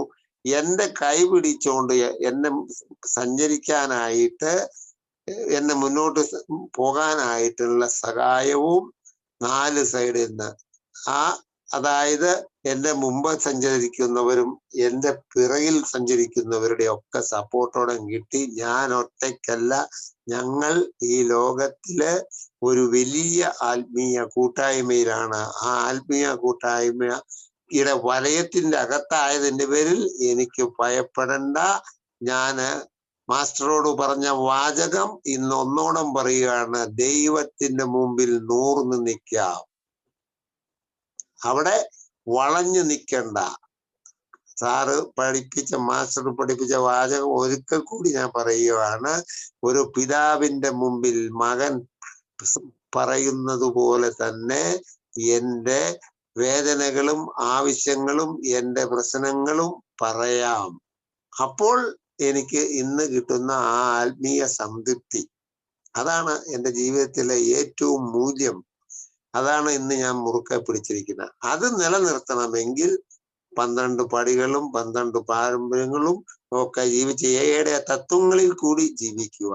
ആ ദൈവഹിതത്തിനനുസരിച്ച് പോവുക. അവിടെ നമ്മുടെ അഹങ്കാരവും എല്ലാം താണു വന്ന് എളിമപ്പെട്ടുകൊണ്ടുള്ള ഒരു ജീവിത രീതി അത് കിട്ടി. ഇന്ന് ഞാൻ ഭാഗ്യവാനാണ്. അത് എനിക്ക് ഇന്ന് ഇവിടെ ഷെയർ ചെയ്യാണ്ടിരിക്കാൻ പറ്റില്ല. അതുപോലെ തന്നെ സാർത്ഥകതാപരമായ കാര്യങ്ങൾ, എൻ്റെതായ കാര്യങ്ങൾ എനിക്ക് എന്നുള്ള ഒരു ആ സാർത്ഥത മാത്രമായിരുന്നു. അതിൽ നിന്നൊക്കെ മാറ്റപ്പെട്ടുകൊണ്ട് മറ്റുള്ളവരെ സഹായിക്കാനുള്ള മനസ്സും, മറ്റുള്ളവരുടെ പ്രശ്നങ്ങൾ, അവരുടെ ദുഃഖങ്ങൾ, അവരുടെ ആ വേദനിക്കുന്ന ആ മനസ്സിൽ അവരുടെ ഷെയറിങ് കേൾക്കാനും അവർക്ക് നമുക്ക് പറ്റുന്ന സഹായം ചെയ്യാനുമുള്ള ഒരു മനസ്സ് ദൈവം എനിക്ക് തന്നു. അതിനും എല്ലാം നന്ദിയുള്ളവനാണ് ഞാൻ. എന്നും ഇതിനകത്ത് കൂടെ ജീവിക്കണം. മരണം വരെയും ഈ 24 മണിക്കൂർ പ്രോഗ്രാമിൽ കൂടി ജീവിതം മുന്നോട്ട് കൊണ്ടുപോകാനുള്ള ശക്തി കിട്ടുന്നതിനും, അതുപോലെ മറ്റുള്ളവർക്ക് എനിക്ക് കിട്ടിയത് കൊടുക്കുവാനുള്ള അവസരവും ഉണ്ടാക്കി തരണമെന്ന് പ്രാർത്ഥിക്കുന്നു. നിങ്ങളോട് എല്ലാവരോടും ഒരിക്കൽ കൂടി നന്ദിയും കടപ്പാടും വിധിക്കുന്നു. എന്നെ പരിചയമില്ലാത്തവരോട് ഞാൻ എൻ്റെ കുടിയിൽ നിന്നും മാറി നിന്നിട്ട് 2003 നവംബർ മാസം 7-ാം തീയതി ഞാൻ മദ്യപിച്ചതാണ്. അതിനുശേഷം 17 വർഷം കഴിഞ്ഞ് 18ാമത്തെ വർഷം ഈ കൂട്ടായ്മയിൽ കൂടി സഞ്ചരിക്കുകയാണ്. വളരെ സന്തോഷകരമായിട്ട് മുന്നോട്ടുള്ള ജീവിതമാണ്. അങ്ങനെ ഒരു ജീവിതം തന്ന ഏക്കും ദൈവത്തിന് നന്ദി പറയുന്നു. നിങ്ങൾക്കെല്ലാം സ്വബോധത്തിന്റെ നല്ല നാളുകൾ ഉണ്ടാവട്ടെ എന്ന് ആശംസിച്ചുകൊണ്ട് നിർത്തുന്നു. താങ്ക് യു രാധാകൃഷ്ണൻ ചേട്ടാ, താങ്ക് യു. നമുക്കിനി ഒരു 9 മിനിറ്റോടെ ഉണ്ട്. 9 മിനിറ്റിന് നമുക്ക് പറ്റുന്നത്ര ഷെയറിങ് എടുക്കാം. ആർക്കെങ്കിലും സംസാരിക്കാൻ താല്പര്യമുണ്ടെങ്കിൽ ആർക്കും മുന്നോട്ട് വരാം. ഹലോ കല്ലിലിക്ക, 2 വാക്ക് സംസാരിക്കൂ. കല്ലിലിക്ക. ഹലോ. എന്നാ ഹരിദാസേട്ടാ, പറഞ്ഞോ ചേട്ടാ. ഞാനൊരു മദ്യാസക്തനാണ്. 10 ദിവസം കുടിച്ചിട്ടില്ല. എൻ്റെ പേര് ഹരിദാസൻ. ഹായ് ഹരിദാസേട്ടാ. ഹായ്. വളരെ സന്തോഷമുണ്ട്. ജോസഫ് മാഷെ, വിനോദേട്ടൻ്റെ എല്ലാം ഷെയറിങ് ശ്രദ്ധിച്ചു, ആൻഡോ ചേട്ടൻ്റെ ശ്രദ്ധിച്ചു. വളരെ കാര്യക്ഷമമായിട്ടുള്ള ആ സ്വാർത്ഥതയെ പറ്റി, അഹങ്കാരത്തിനെ പറ്റിയെല്ലാം പറഞ്ഞു. കഴിഞ്ഞ കാല ജീവിതത്തിൽ ഞാൻ അനുവർത്തിച്ചു പോകുന്ന കാര്യങ്ങളെ പറ്റിയെല്ലാം ഒന്ന് ഓടി മനസ്സിൽ കൂടാമെന്നില്ല. പക്ഷേ ഈ സ്വാർത്ഥതയെ പറ്റിയെല്ലാം ചിന്തിക്കാൻ തുടങ്ങിയത് ആൽക്കഹോളിക് അനോൺസിന്റെ പ്രോഗ്രാമിൽ വന്നിട്ടുണ്ട്. അത് ശരിക്കും പറഞ്ഞാല് ആൽക്കഹോളിക് അനോൺസിന്റെ ക്ലാസ്സുകൾ പങ്കെടുക്കുമ്പോൾ എന്നോടൊപ്പമുള്ള ആളുകൾ തന്നെയാണ് ആ ഒരു വിഷയത്തിനെല്ലാം കാണിച്ചു തന്നതെന്നല്ല, അവരെ ജീവിതാനുഭവങ്ങളിൽ കൂടെ വരുന്ന ആ ഒരു ഇതിൽ കൂടെ. അപ്പോഴാണ് ഈ സ്വാർത്ഥതയെ പറ്റി ചിന്തിക്കേണ്ട ആവശ്യകത വന്നത്. അവിടെ ശരിക്കും പറഞ്ഞാല് സ്വാർത്ഥതയെ ചിന്തിക്കുന്നതിൽ ഉപരിയായിട്ട് ഞാൻ ആരെയും സ്നേഹിക്കുന്നുണ്ടോ എന്നാണ് ചിന്തിച്ചത്. കാരണം എൻ്റെ ഭാര്യേനെ ഞാൻ സ്നേഹിച്ചൊന്നും അല്ലെ, ഭയങ്കര സ്നേഹമാണെന്നും പറഞ്ഞ് കല്യാണം കഴിച്ചു കൊണ്ടുവന്ന ഭാര്യേനെ ഒരു 10-12 വർഷക്കാലം വളരെയധികം കഷ്ടപ്പെടുത്തി നിന്നു. കുഞ്ഞുങ്ങൾ പിന്നെ ചെറിയ കുട്ടികളായതുകൊണ്ട് കഷ്ടപ്പാട് ഏറ്റെടുക്കേണ്ടി വന്നില്ല.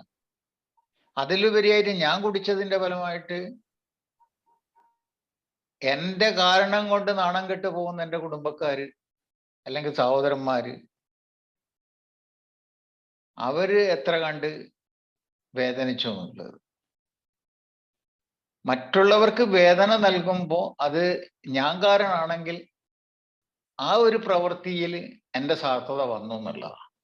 അതിൻ്റെ അർത്ഥം എന്ന് പറഞ്ഞാൽ എനിക്ക് മറ്റുള്ളവരെ സ്നേഹിക്കാനോ ബഹുമാനിക്കാനോ ആദരിക്കാനോ കഴിയാത്തത് കൊണ്ടാണ്. അവിടെയാണ് ആൽക്കഹോളിക് അനോൺസ് വന്നപ്പോൾ ഇത് മനസ്സിലാക്കിയപ്പം വല്ലാത്ത വിഷമം തോന്നി. ഇത് ഞാൻ കൊണ്ടുവന്നതല്ലല്ലോ ഈ സ്വാർത്ഥത, ഇതെങ്ങനെ എന്നിൽ ഉടലെടുത്തു എന്നുള്ളതാണ് ഞാൻ പിന്നെ ചിന്തിച്ചതെന്നല്ല. അപ്പം ജനിച്ചു വീഴുന്ന ഒരു കുഞ്ഞ് അസ്വാർത്ഥതേന്റെ പേരിലാണ് ആദ്യത്തെ കരച്ചിൽ കരയുന്നതെന്നുള്ള. അതിന്റെ വിശപ്പ് അതിന് അനുഭവപ്പെട്ടു, അതിന് പറയാൻ അറിയില്ല, ഒന്നും ചെയ്യാൻ പറ്റില്ല. അതിൻ്റെ ഉള്ളിലുള്ള ആ സ്വാർത്ഥത മൂലമാണ് അത് കരയുന്നത്, പാലിന് വേണ്ടി. അങ്ങനെയാണ് അമ്മ മുല വായിലേക്ക് വെച്ചു കൊടുക്കുന്നത്. അതോടുകൂടി ആ കുട്ടി പഠിക്കുന്നത് കരഞ്ഞു കഴിഞ്ഞാൽ ഭക്ഷണം കിട്ടും, സംതൃപ്തി കിട്ടും. അങ്ങനെ പടിപടി ഉയർന്നു വന്ന ഒരു സ്വഭാവത്തിലൂടെ നീങ്ങി അതിനെ വിവേകത്തോടും കൂടെ ചിന്തിക്കാനുള്ള കഴിവില്ലായ്മ കാരണമാണ് ഞാനൊരു കുടിയനായി മാറിയെന്നുള്ള. അപ്പൊ അത്തരം കാര്യങ്ങളെപ്പറ്റി മനസ്സിലാക്കിയിട്ടുള്ള ഒരു പ്രോഗ്രാമിൽ, അത് മനസ്സിലാക്കി തന്ന ഈ ഒരു പ്രോഗ്രാമിനോടുള്ള കൃതജ്ഞത അല്ലെങ്കിൽ നന്ദി, അത് രേഖപ്പെടുത്താൻ ഞാൻ മരണം വരെ ആൽക്കഹോളിക് അനോൺസിന്റെ പ്രോഗ്രാമിൽ വേണ്ടി വരും. അല്ലാതെ നാളെ കുടിച്ചു പോകുമെന്ന് ഭയപ്പെട്ടിട്ടല്ല ആൽക്കഹോളിക് അനോൺസിൽ വരുന്നത്, സ്ഥിരമായിട്ട് വരുന്നത്. കാരണം ഒരു ആത്മീയമായ പ്രോഗ്രാമാണ്. അപ്പോൾ ആ ഒരു ആത്മീയമായ പ്രോഗ്രാമിലൂടെ ഒരു മദ്യാസക്തൻ നേടിയെടുക്കേണ്ടതായിട്ടുള്ള കാര്യങ്ങൾ നേടിയെടുക്കുമ്പോൾ അതിനെ ഒരു എളുപ്പത്തിൽ അത് പകർന്നു കിട്ടാൻ വേണ്ടിയിട്ടുള്ള 12 പടികൾ. അതിലുപരിയായിട്ട് ഈ പടികളെല്ലാം എൻ്റെ പ്രവൃത്തി കൂടിയാണ് വികസിച്ചു വരുന്നതെന്നല്ല. അല്ല ഞാനത് 12 പ്രാവശ്യം എനിക്കത് ബൈഹാർട്ട് ചെല്ലാൻ അറിയാം. പക്ഷെ അത് ഞാൻ എൻ്റെ പ്രവൃത്തി കൂടിയാണ് ആ പടികൾ ആ പടികളിലുള്ള ആശയം എന്നെ മനസ്സിലാക്കി തരുന്നത്. അപ്പൊ അതുകൊണ്ട് ഞാൻ അറിയാതെ തന്നെ ഓരോ പടിയും ഞാൻ അറിയാതെ തന്നെ ജീവിതത്തിലൂടെ സംഭവിച്ചു വരുമ്പോൾ അതിൻ്റെ ഏറ്റക്കുറച്ചിലുകൾ മനസ്സിലാക്കി അത് ജീവിതത്തിൽ പകർത്തിയെടുക്കുക. അപ്പൊ അങ്ങനെയൊക്കെ പോകുമ്പോൾ വളരെ ഭദ്രമായിട്ടുള്ളൊരു ജീവിതം കിട്ടുന്നു. അതിലൂടെ കൂടുതൽ മനസ്സിലാക്കി തരുന്ന ഭൗതിക താല്പര്യങ്ങൾക്കല്ല കൂടുതൽ മുൻതൂക്കം കൊടുക്കേണ്ടത്. ഒരു മനുഷ്യന് അപ്പം മാത്രം പോരാ എന്ന യേശുവചനം. കാരണം അവന് ജീവിക്കണമെങ്കിൽ അവന് വിവേകത്തോടും കൂടെയുള്ള ഒരു അറിവും കൂടി അവന് കിട്ടണം എന്നുള്ളത്. അതൊക്കെ ആൽക്കഹോളിക് അനോൺസിൽ വന്നിട്ട് മനസ്സിലാക്കിയ.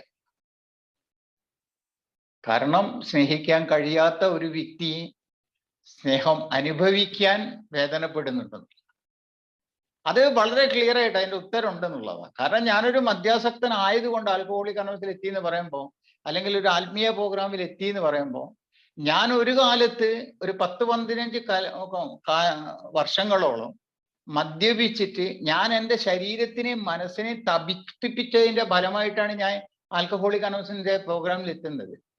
ആത്മീയമായിട്ടുള്ള ഉണർവ് അന്നേ സംഭവിച്ചിട്ടുണ്ടെന്നുള്ള, പക്ഷെ അത് അബോധാവസ്ഥയിലാണെന്നുള്ള ഞാൻ തിരിച്ചറിഞ്ഞിട്ടില്ല.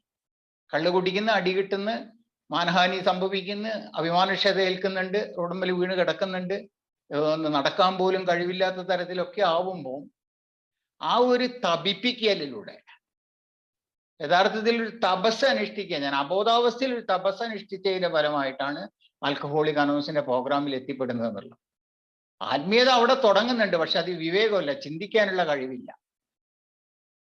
അതുകൊണ്ട് ആൽക്കഹോളിക് അനോണിമസിൽ വന്ന് ഞാൻ അനുഭവിച്ച ആ ഒരു ഭൂതകാലത്തിൽ ഞാൻ അനുഭവിച്ച നിസ്സഹായത കാരണം ഞാൻ ആൽക്കഹോളിക് അനോൺസിന്റെ അംഗമായി മാറി.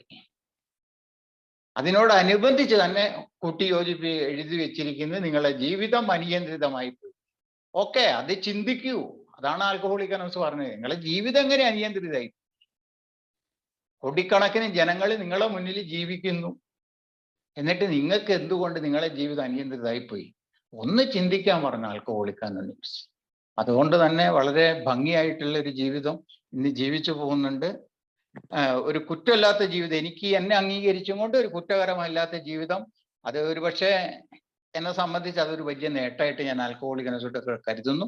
ഏതായാലും ഈ വൈകിയ വേളയിൽ 2 വാക്ക് സംസാരിക്കാൻ കഴിഞ്ഞ്, ആദ്യം എന്നെ വിളിച്ചപ്പോൾ ഈ ഒരു ഫോണ് പെട്ടെന്ന് തയ്യാറായി പോവുക, നമുക്ക് ഇതിന്റെ എന്താ പറയാ വിക്രസ് ഒന്നും അറിഞ്ഞോണ്ടോ, അതുകൊണ്ടാണ് പറ്റിപ്പോയത്. Okay sir.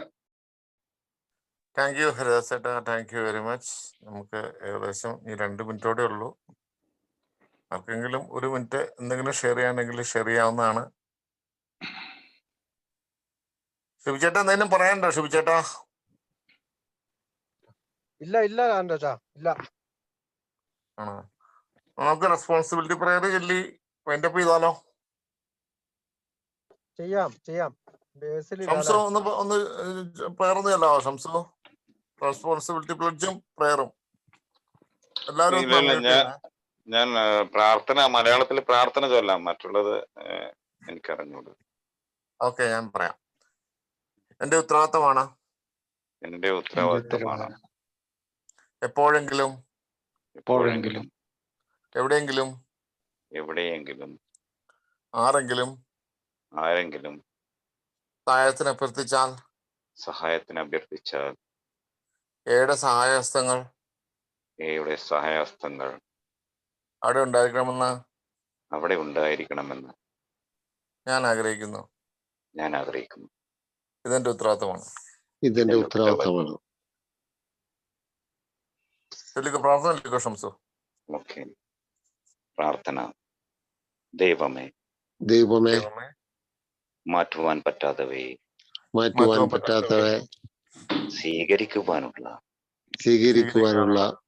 പ്രശാന്ത മനസ്ഥിതിയും മാറ്റുവാൻ പറ്റുന്നവയെ മാറ്റുവാനുള്ള ധൈര്യവും ഇവയെ തമ്മിൽ വേർതിരിച്ചറിയുവാനുള്ള വിവേകവും ഞങ്ങൾക്ക് നൽകണമേ. Keep coming back. ഇന്ന് സംസാരിച്ച എല്ലാവർക്കും നന്ദി. നമ്മുടെ ജോസഫ് മാഷ്, നമ്മുടെ ഹരിദാസ് ചേട്ടൻ, അതുപോലെ ആദ്യം സംസാരിച്ച ഡക്ലസ് ചേട്ടൻ, വിനോദ് കൊയിലാണ്ടി, രാധാകൃഷ്ണൻ ചേട്ടൻ, എല്ലാവരെയും സ്നേഹത്തോടെ ഓർക്കുന്നു. എല്ലാവർക്കും നന്ദി പറയുന്നു. Thank you. Keep coming back. രാമേട്ട, അതിനൊന്നും മിണ്ടാത്ത രാമേട്ട. ഇത് ക്വാറന്റൈൻ കഴിഞ്ഞ് റൂമിൽ നിന്നൊക്കെ പോയില്ലേ? നാട്ടിലേക്ക് പോയി. നാട്ടിലോട്ടോ? ആരുടെയോ മൈക്ക് ഭയങ്കര സൗണ്ട് ആണല്ലോ. നാട്ടിലല്ല മണിയേട്ടാ, ഞാനിവിടെ തന്നെ. വൈഫ് വന്നപ്പോ ക്വാറന്റൈൻ ആയിരുന്നു മാത്രം. അല്ല, ക്വാറന്റൈൻ കഴിഞ്ഞ് വൈഫിന്റെ ഒരുമിച്ച് പോയില്ലേന്ന് ചോദിക്കാം. അതെ, ഇപ്പൊ ഒരുമിച്ചാ. അല്ല, നാട്ടിലെ കാര്യല്ല. ഡ്രൈവിംഗിലാണോ? ചേട്ടാ,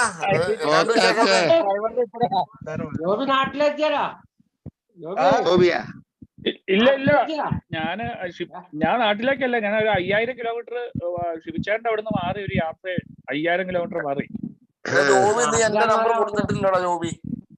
ഈ രാധാകൃഷ്ണൻ എന്ന് പറയുന്ന ആളെ ഹാൻഡ് റൈസ് ചെയ്തിട്ടുണ്ടല്ലോ.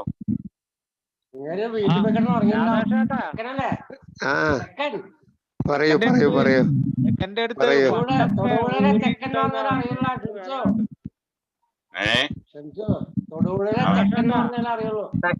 തൊടുപുഴ തെക്കെന്ന് പറഞ്ഞ കേരളത്തിൽ അറിയാത്ത ആരെങ്കിലും ഉണ്ടോ?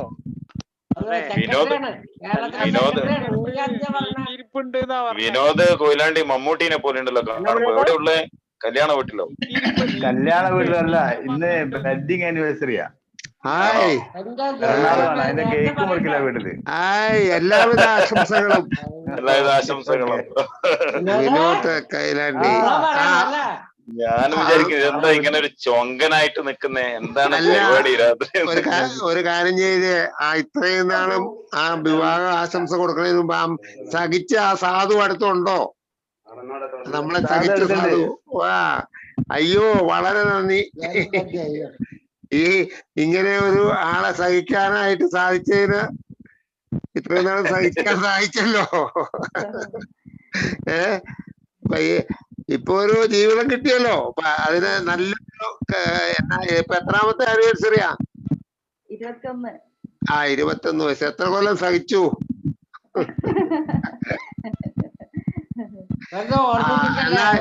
ഏറ്റവും കൂടുതൽ പീഡനം സഹിച്ച ഒരു കക്ഷിയായി എന്റെ ഭാര്യ. പുള്ളിക്കാരത്തി ഇപ്പൊ ഇവിടെ ഇല്ല, വേറൊരു സ്ഥലത്ത് ജോലിയാണ്. അപ്പൊ അവിടെയാണ്, നാളെ എത്തുള്ളൂ. അപ്പൊ അത് ഞങ്ങള് ഇങ്ങനെ കേക്കൊക്കെ മുറിച്ച് ഇങ്ങനെ ഭയങ്കര ഹാപ്പി ആയിട്ട് ഇത് ആഘോഷിക്കാറുണ്ട്.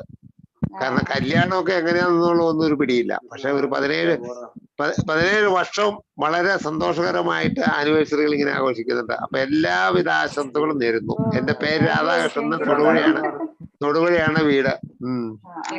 തെക്കന്റെ തെക്കൻ എന്ന് പറഞ്ഞാൽ അറിയപ്പെടുന്ന ആളാ.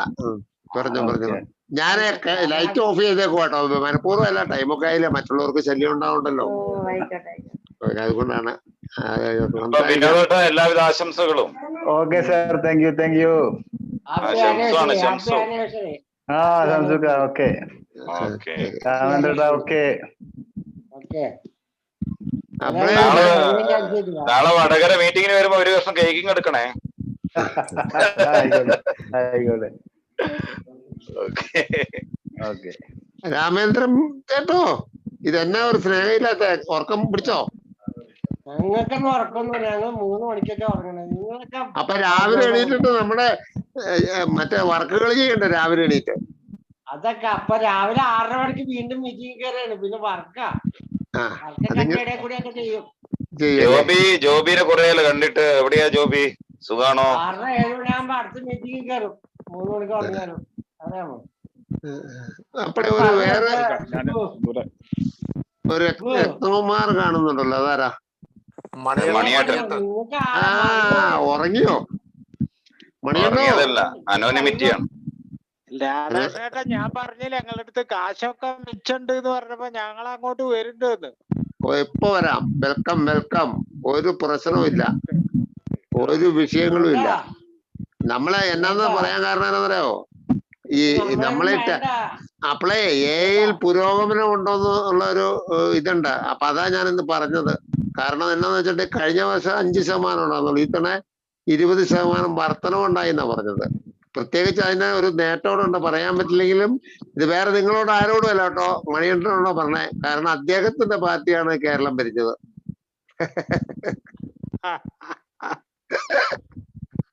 അതുകൊണ്ട് പറയേ വർധനവുണ്ടായി. കാരണം വലിയ ചെലവുകളൊന്നുമില്ല, വീട്ടിലിരിക്കുമല്ലേ. അതൊക്കെ പോട്ടെ. ഇലക്ഷൻ വർക്കൊക്കെ ഉണ്ടോ? ഫേസ്ബുക്കിൽ കാണാം.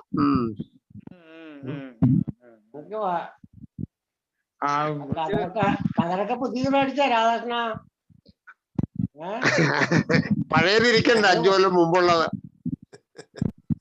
അത് അലക്കി തേച്ച് വെച്ചിട്ടുണ്ട്, ആവശ്യം വരുമല്ലോ.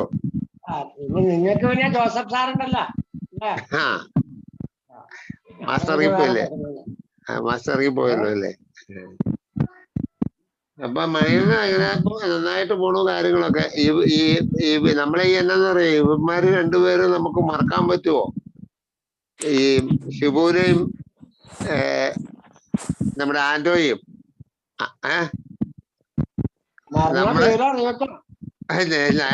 എനിക്ക് സുബോധം എന്ന് പറഞ്ഞ് ശകലം ഉണ്ടായത് ഇവന്മാരുടെ കൂടെ കൂടി, ഇവന്മാർ രണ്ടുപേരുടെ കൂടിപ്പില്ല. അപ്പൊ ഇവന്മാരെ മറക്കാൻ പറ്റില്ലല്ലോ. അവര് പറഞ്ഞു രാധാകൃഷ്ണന്റെ കൂടെ കൂടി.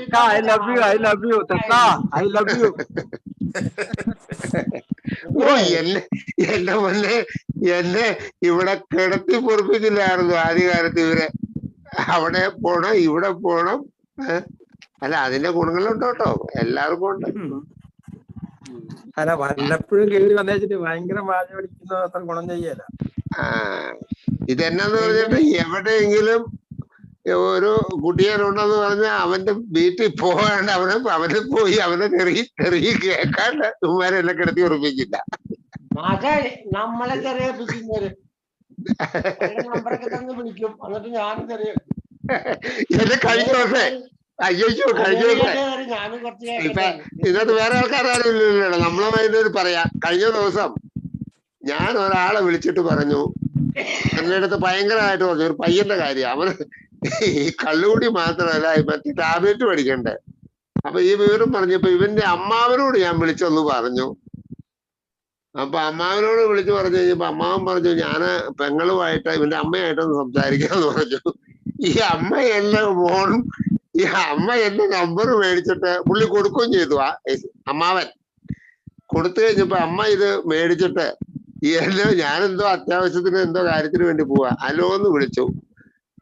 നിങ്ങൾ ഈ രാധാകൃഷ്ണൻ എന്ന് പറഞ്ഞ തെക്കൻ എന്നൊക്കെ പറഞ്ഞ ആളാണെന്ന് ചോദിച്ചു. അതേലോ, ആരാന്ന് ചോദിച്ചു. നിനക്ക് അറിയണോടാ മറ്റവനെ, നീ എന്റെ മകൻ കള്ളുകൂടിയനാന്നും പറഞ്ഞ് നീ പ്രചരണം നടത്തിയോടാ. നിനക്ക് വേറെ വല്ല പണിയും നടത്തി കാശുണ്ടാക്കാൻ പറഞ്ഞടാ മറ്റവനെന്നും പറഞ്ഞു. ആദ്യമായിട്ട് ഞാൻ ഫ്രീ എന്നോട് പറഞ്ഞതാ. കേട്ടു. അപ്പുറം കേൾക്കും. അപ്പൊ ഞാൻ ഒന്നും മിണ്ടാൻ പോയില്ല. ഞാൻ നമ്മളെ കേൾക്കാണ്ടിരിക്കാൻ പറ്റില്ല. ഞാൻ പറഞ്ഞു നമ്മുടെ ഗുരു പ്രിൻസിനോട് പറഞ്ഞു, അവിടെ പ്രിൻസേ ഇങ്ങനെ ഇന്ന് ഞാൻ ആര് തെറി കേട്ടിട്ടിരിക്കും, അതിന് അതൊക്കെ തിരിച്ചു പറയാനായിട്ട് വന്നാന്ന് പറഞ്ഞു. എന്തോ പണ്ട് ആവശ്യം കുടിച്ചോണ്ടിരുന്നപ്പോ ആവശ്യമില്ലാണ്ടൊക്കെ ആരെങ്കിലും ചെറു പറഞ്ഞിട്ടുണ്ട്, അതൊക്കെ തിരിച്ചിട്ടിക്കൊണ്ടിരിക്കണ അങ്ങനെ കുട്ടികളെ. ഞാനെന്റെ പെണ്ണുമ്പിള്ള ഇവിടെ ഇല്ലായിരുന്നു, അല്ലെങ്കിൽ ഫോൺ അവിടെ ഈ കൊടുത്തത്. നീ സംസാരിക്കരുത്, നീ ഒരു സഹോദരി നിന്നെ വിളിച്ച് സംസാരിക്കണമെന്ന് പറഞ്ഞ് കൊടുത്തേ. ആ പാവത്തിന്റെ ഉറക്കം കളയാനായിട്ട്. അല്ല ഇവിടെ ഇല്ല. ചിന്നക്കനാല മൂന്നാറ്. ആരെ ഞാന് സ്ഥിരമായിട്ടൊന്നും കയറുന്നില്ല, വല്ലപ്പോഴൊക്കെ കയറാം. കാരണം എന്താ വെച്ചാൽ എന്റെ പൊന്നെ രാധാകൃഷ്ണൻ പറ്റ ഒരാളെ തരായിരുന്നു, ആളിന്ന് ഇറങ്ങിപ്പോയി. ആരായിരുന്നു? അത് കലീലെന്ന് പറയും, അറിയോ? കലീൽ എനിക്ക് പരിചയമുള്ള ആളാ. നിങ്ങൾക്ക് പറ്റ ആളാ കലീല്, നമുക്കറിയാവുന്ന ആളാ. നമുക്ക് ഒരു കക്ഷിയെ നമുക്കൊന്ന് പേഴ്സണലായിട്ട് സംസാരിക്കുന്ന ഒരു കക്ഷി ഉണ്ടായിരുന്നു. അത് പുള്ളിയുടെ പേരും മറന്നുപോയി. നാരായണനാണോ? നാരായണനല്ല, ആ പുള്ളിയുടെ നാരായണൊക്കെ വേറെ പേര് എല്ലാം ഈ കൊറോണ കോപ്പ് വന്നതിന് ശേഷം ഈ ഓർമ്മക്കുറവായതിന്റെ രാമേട്ടാ വിട്ടുപോവാ റിലേ ഒക്കെ. ഈ കള്ളു പിടിച്ചൊക്കെ നടന്ന ആ കാലഘട്ടത്തിൽ റിലേ ഒക്കെ കുറച്ച് വിട്ടുപോകാറുന്നു. അതേമാതിരി അതിനാണ് പിള്ളേരുടെ കൂടെ നടക്കണം എന്ന് പറഞ്ഞത്, അറിയാമോ? പിന്നെ ആകെ ടെൻഷനായിരുന്നു. ഇച്ചിരി ടെൻഷനായിരുന്നു ഈ കഴിഞ്ഞ ആഴ്ചയില്. കുഴപ്പമില്ല. പാതിരാത്രി വരെ പിള്ളേരുടെ മീറ്റിംഗ് കൂടി നടക്കണതിന്റെ കാര്യം നമുക്ക്. രാമേണ്ണ എത്ര വയസ്സായി കറക്റ്റ്? 55 സർട്ടിഫിക്കറ്റിൽ, 56 ജനിച്ചു. അപ്പൊ എന്നാക്കാളും ഇളയതാണോ? ഞാൻ 54 ജനിച്ചാ. അപ്പൊ നമ്മള് തമ്മിൽ കാണുവാണെങ്കിൽ അപ്പുറം പോയെന്നല്ലേ പറയുള്ളൂ. അത് നിങ്ങള് ഇപ്പോഴും വയസ്സായിട്ട് ഡൈയൊക്കെ കറുപ്പ് കളർ പെയിന്റ് ഒക്കെ അടിച്ചിട്ട് നടക്കണം. ഞാൻ പെയിന്റൊന്നും അടിക്കില്ല. അത് ശരി. ഇപ്പോഴും കറുപ്പ് പെയിന്റ് ഒക്കെ അടിച്ചാ നടക്കണത്. ഇറങ്ങിപ്പോയില്ലായിരുന്നോ? ഇല്ലല്ല, ഞാനിത് കേട്ടോണ്ടിരിക്കല്ലേ. ഞാനല്ല, നിങ്ങൾ ഭയങ്കര വാചകമല്ല, അതല്ല ഞാൻ ഉണ്ടായിരിക്കും. അല്ല, ഞാൻ ഈ മനുഷ്യനെ എന്റെ പള്ളിക്കൂടത്തിന് അപ്പനാന്ന് പറഞ്ഞ് വിളിച്ചോണ്ട് പോകാൻ നേരായിരുന്നു ജോസ് മാസ്റ്ററുടെ ക്ലാസ്സിലേക്ക്. ഇതെന്റെ അപ്പന രാമേട്ടൻ എന്നും പറഞ്ഞ് ഇരിക്കാതെ. ഇതെല്ലാം ഒറ്റ ഭാഗത്തിന് വെക്കാവുന്ന. ഈ പാപ്പനെ വിളിച്ചോണ്ട് പോകണമെങ്കിൽ രാമേട്ടനെ വിളിച്ചോണ്ട് പോകുന്നത്. അതാ രാധാകൃഷ്ണൻ, എന്റെ പിള്ളേരെ കൊണ്ട് ഞാൻ സ്കൂളിൽ ചെല്ലുമ്പോ പറയേ മോന്റെ മോനാണോ മോളുടെ മോനാണെന്ന് ചോദിക്കും. അതിലും വലിയ കേൾക്കാറുണ്ടോ? അതെന്നാ ഇതിനകത്തുള്ള പ്രശ്നം എന്താണെന്നറിയോ? ഈ പെണ്ണുമ്പിള്ള ഞാനവിടെ കൂടി ഒന്നിച്ച് പോയപ്പോ ചോദിച്ചു, ഈ മോളെ എവിടെയാ കല്യാണം കഴിച്ചേക്കണത്? പുള്ളിക്കാരത്തി അത് കേട്ടിട്ട് ഒന്നും വന്നില്ല. വീട്ടിൽ വന്നപ്പോ ഞാൻ കടയിൽ കയറിയിട്ടുണ്ടോ ഈ കറുത്ത പൊടിയുണ്ടല്ലോ, ഞാനവിടെ ചായപ്പൊടിയോ വല്ല മേടിക്കാനായിരിക്കും കടയിൽ കയറിപ്പോയി ഈ പൊടി മേടിച്ചോട്ട് വന്ന വഴിക്ക് ഇതൊക്കെ മാറി ഒരു നൈറ്റ് ഒരു പഴയ നോക്കി എടുത്തിട്ടിട്ട് നിങ്ങൾ ഇനി വന്ന വെച്ചാന്ന് പറഞ്ഞു. ഒരു കസേരയിലേക്ക് പിടിച്ച് കയറ്റി നിർത്തി, മാത്രയ്ക്കുമ്പോ തലയിലങ്ങ് പറ്റി പോയി എന്ന് ആ താടിയൊക്കെ ഒന്ന് വടിച്ചു കിടന്ന് ഒന്ന് ക്ലിയർ ആയിട്ട് ചോരാൻ പറഞ്ഞു. ഇനി എന്റെ കൂടെ നടക്കുവാണെങ്കിൽ ഇങ്ങനെ നടന്നു വെച്ചാൽ എന്ന് പറഞ്ഞു. അല്ലാണ്ട് നേരത്തെ ആണെങ്കിൽ അവള് ചീത്ത പറഞ്ഞിട്ട് പോയേനെ. ഇപ്പൊ അവൾക്ക് ഒരു മാറ്റം ഉണ്ടായി. അവള് വേഗം തന്നെ നമ്മളൊന്ന് ഇതാക്കി ക്ലിയർ ആക്കി എടുത്തു.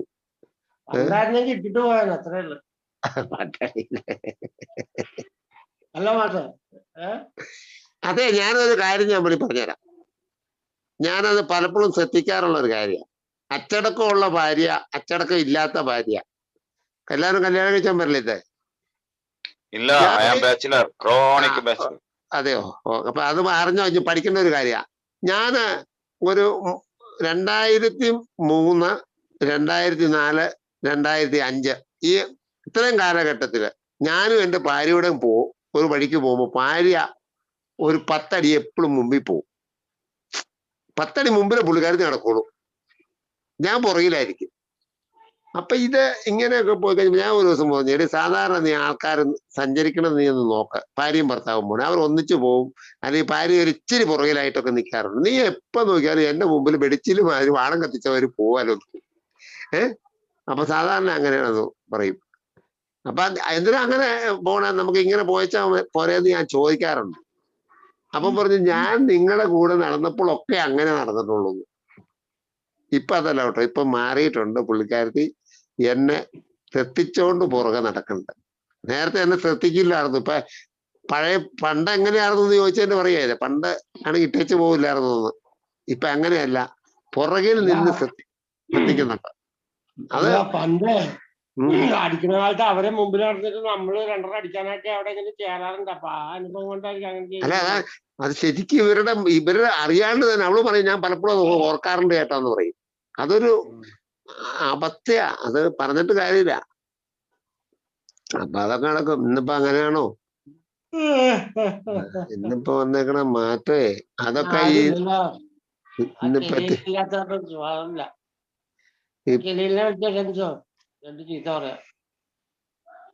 നമ്മളെന്താ ഈ നല്ല രീതിയിൽ ജീവിക്കുന്നവരൊക്കെ നമ്മൾ ഈ മോശപ്പെട്ട ആൾക്കാർ ചീത്ത പറയേണ്ട വല്ല കാര്യമുണ്ടോ?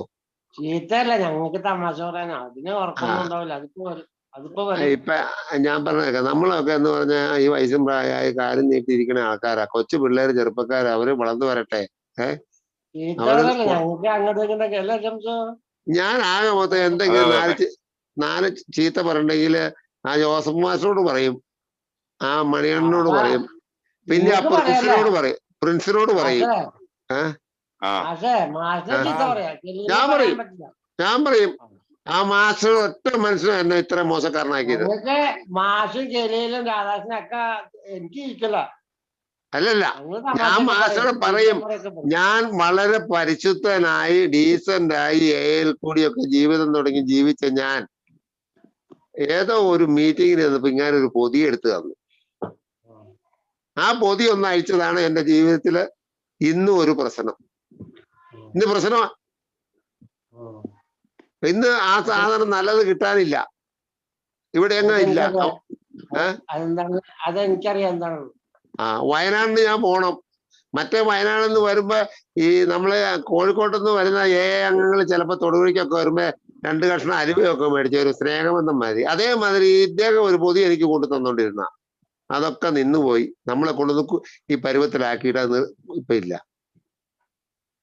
അപ്പൊ ആ മനുഷ്യനൊക്കെ ഞാൻ ചീത്ത പറയും. പിന്നെ പഞ്ചസാര ഇട്ടതാണോ? അതൊന്നല്ല. അല്ല, പിന്നെയുണ്ട്, ഞാൻ ചാലക്കുടി ചെല്ലുമ്പോ വേറൊരാളുണ്ട്, എനിക്ക് അങ്ങനെ നിലയെ പോയി ഒരു സാധനം തരും. അത് കിട്ടിയില്ലെങ്കിൽ ഞാൻ ആ മനുഷ്യ ചീത്ത പറയും. എന്നെ മനസ്സിലായോ ചേട്ടാ? ഒരു 2.5 വർഷം മുമ്പ് ഞാന് നിങ്ങളുടെ നാട്ടിൽ വന്നിരുന്നു, ഷിബുവേട്ടന്റെ വീട്ടില്.